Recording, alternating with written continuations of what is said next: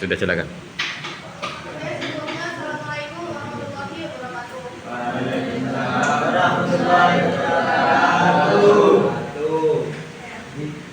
Adanya saya di sini di depan kalian semua, izinkan saya untuk mempresentasikan tugas PowerPoint saya. Saya hanya ingin berpresentasi, bukan berekspektasi. Jadi, ekspektasi yang tinggi menyebabkan saya. Nah, kali ini saya akan mempresentasikan tugas saya yang berjudul animasi digital, menciptakan dunia imajinasi. Artinya, sebelum saya mulai, tahu gak sih kalian apa itu animasi digital? Enggak. Masa nggak tahu kalian? Kan ini nggak ada di kehidupan sehari-hari kalian. Tahu. Oke, lanjut ya. Nah, definisi animasi digital. Di sini saya akan menjelaskan definisi dari animasi digital. Oke. Animasi digital merupakan seni menciptakan gambar bergerak dengan menggunakan perangkat lunak komputer. Berbeda lagi dengan animasi tradisional yang menggambar setiap frame-nya secara manual. Jadi, di sini bukan manual lagi, bukan menggunakan perangkat lunak yang berupa komputer. Animasi digital memungkinkan kita untuk memanipulasi gambar. Jadi, gambar yang awalnya seperti A bisa kita ubah menjadi gambar B. Gambar yang B bisa jadi diubah menjadi gambar C. Namun, pembagian ini juga akan membahasnya menggunakan secara digital dan menyusun secara sempurna untuk menghasilkan gerakan yang alami. Untuk memastikannya seperti film ini membuktikan. Film ini bukan langsung digambar atau bukan langsung gerakan, itu langsung gambar namun akan bergerak. Dengan adanya animasi digital, film tersebut akan menjadi sebuah video, bukan menjadi gambar lagi. Itu jika tidak ada animasi digital mungkin kayak apa ya? Antar gambarnya itu akan kelihatan. Nah, di sini karena ada animasi digital ya, jadi gambar akan membantu jadi video tidak terlihat. Jadi itu seperti kehidupan beneran, tapi ini pada dasarnya gambar yang sempurna.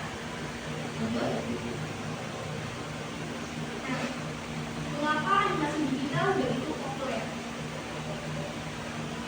Kita sudah topik ke mengapa animasi digital itu menjadi populer. Apalagi pada zaman yang sekarang ini, animasi digital itu sangat diperlukan. Bukan dari anak muda sampai yang dewasa juga membutuhkan animasi digital. Mengapa demikian? Yang pertama, efisien. Tahu nggak sih kalian apa itu efisien? Apa itu?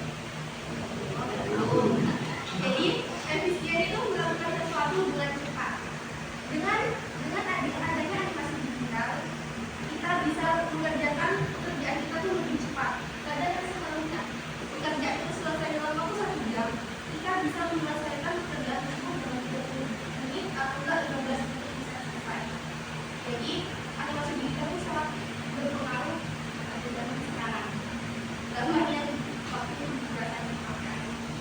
Yang kedua itu fleksibel.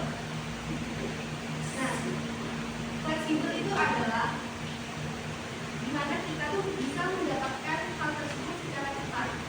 Kalau dulu kita harus membaca dulu. Dengan adanya digital, animasi digital atau yang disebut digital itu, kita bisa mendapatkan informasi, kita bisa mendapatkan apa yang kita ingin tahu secara cepat. Sekarang kan kalau menggunakan kita itu langsung ada. Jadi nggak butuh waktu lama kita untuk mendapatkan informasi, tergantung kitanya gimana cara menggunakan digital tersebut. Yang ketiga yaitu aksesibilitas. Nah, di sini ini animasi digital atau digital memberi kemudahan untuk mengakses, seperti yang tadi itu, mengakses dengan menggunakan suatu layanan, sehingga mereka itu membuka pintu untuk mengeksplorasi, mengeksplor apa yang sudah diberikan dengan kreativitas yang dimiliki masing-masing. Maksudnya tuh gini, kita tuh semuanya tuh punya imajinasi kan, kita semua tuh masih punya keinginan pengen kayak gini gitu. Nah, ini animasi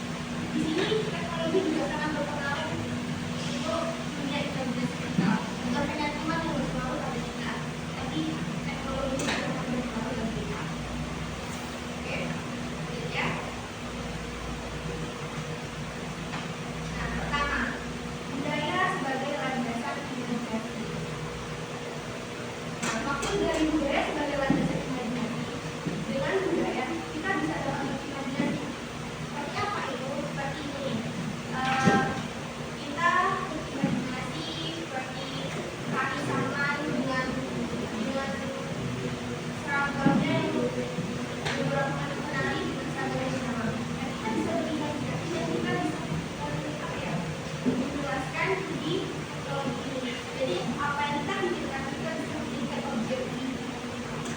Selanjutnya, teknologi dapat memperkaya cerita yang dibuat budayawan. Nah, di sini teknologi ini telah mengubah cara kita bercerita. Maksudnya memperkaya yang biasanya kita hanya mendengar cerita, mendengar. Sekarang kita bisa melihat objek yang ada di depan kita. Kayak cerita paling mudah itu kan juga budaya. Nah, kita sekarang kita hanya mendengar cerita, tapi kita sekarang bisa melihat objek di mana pada saat mendengar itu tiba-tiba terus sekalipun itu kayak karakter atau apa ya, bukan nyatanya, tapi itu juga bisa memperkaya cerita. Jadi kita juga kalau tidak lebih senang mendengar apapun juga sambil melihat daripada mendengar. Karena kalau kita mendengar itu kita bosan kan. Jadi dengan adanya animasi digital kita bisa melihat objek yang ada pada cerita. Selanjutnya, tidak hanya melestarikan namun juga berinovasi.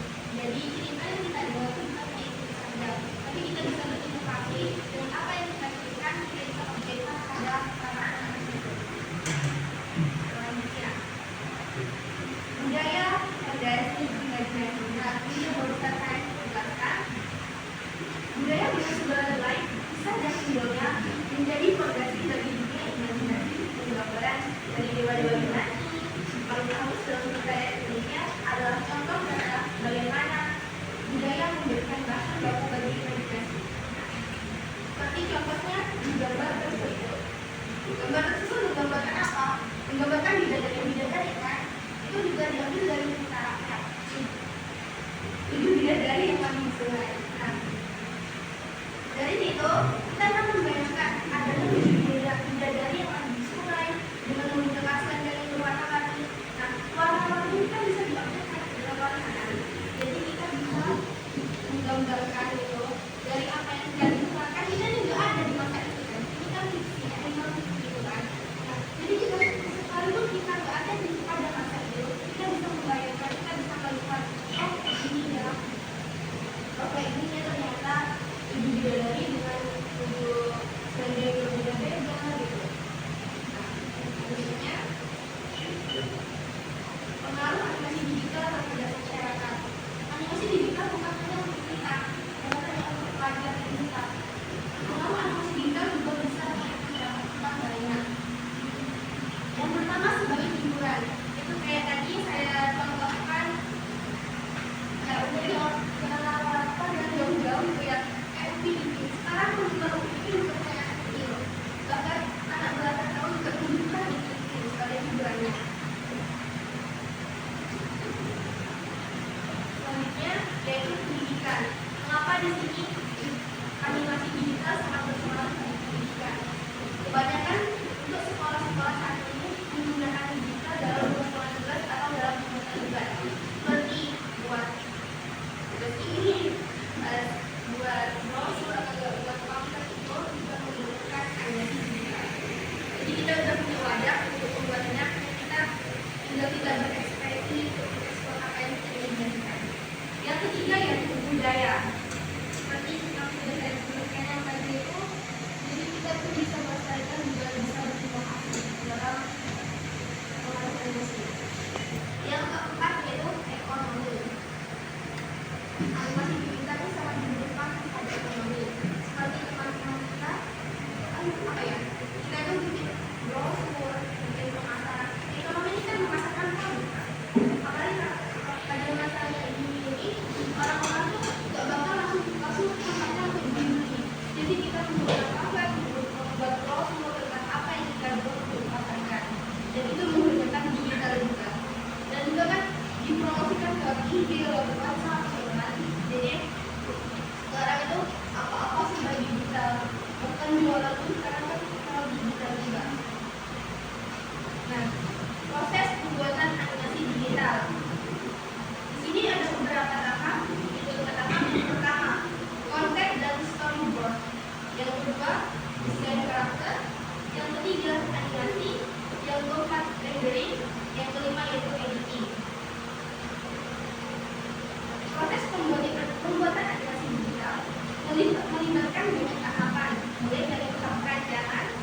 konsep dan storyboard hingga tahap terakhir yaitu desain atau editing gambar itu. Namun di sini setiap tahap ini membutuhkan keterampilan dan kreativitas skala dan presentasi. Jadi dalam membuat animasi digital ini sangat dibutuhkan keterampilan dan kreativitas.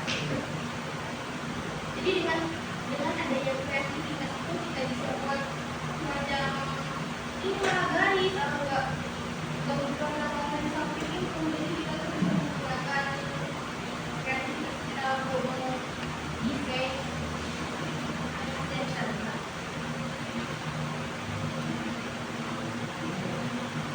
Nah, sudah selesai. Ini saya akan menyampaikan kesimpulannya. Jadi kesimpulan dari tugas yang saya buat pada saat ini, pada saat ini yang saya presentasikan pada saat ini. Nah, animasi digital adalah bentuk seni yang terus berkembang dan memiliki potensi yang sangat besar. Animasi digital adalah seni dengan kreativitas dan teknologi yang tepat, kita dapat menciptakan dunia-dunia imajinasi yang tak terbatas. Jadi dengan adanya digital ini, kita bisa berimajinasi dengan seluas-luasnya, kita bisa mengekspresikan apa yang kita imajinasikan. Kita udah punya wadah dan kita mau menggunakan wadah.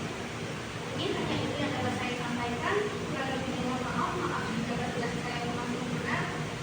Assalamualaikum warahmatullahi wabarakatuh. Waalaikumsalam. Mari. Siapa yang tanya? Dua penanya saja. Laki kapi pada laki bini pada. Seperti itu. Silakan. Sebelum saya menyelesaikan ini, mungkin ada hal yang belum dimengerti yang bisa ditanyakan. Seputar animasi. Tema saya itu animasi digital. Mungkin ada yang kalian kurang paham, ada yang kurang mengerti, bisa tanya ke saya. Jika saya bisa jawabnya, saya jawab.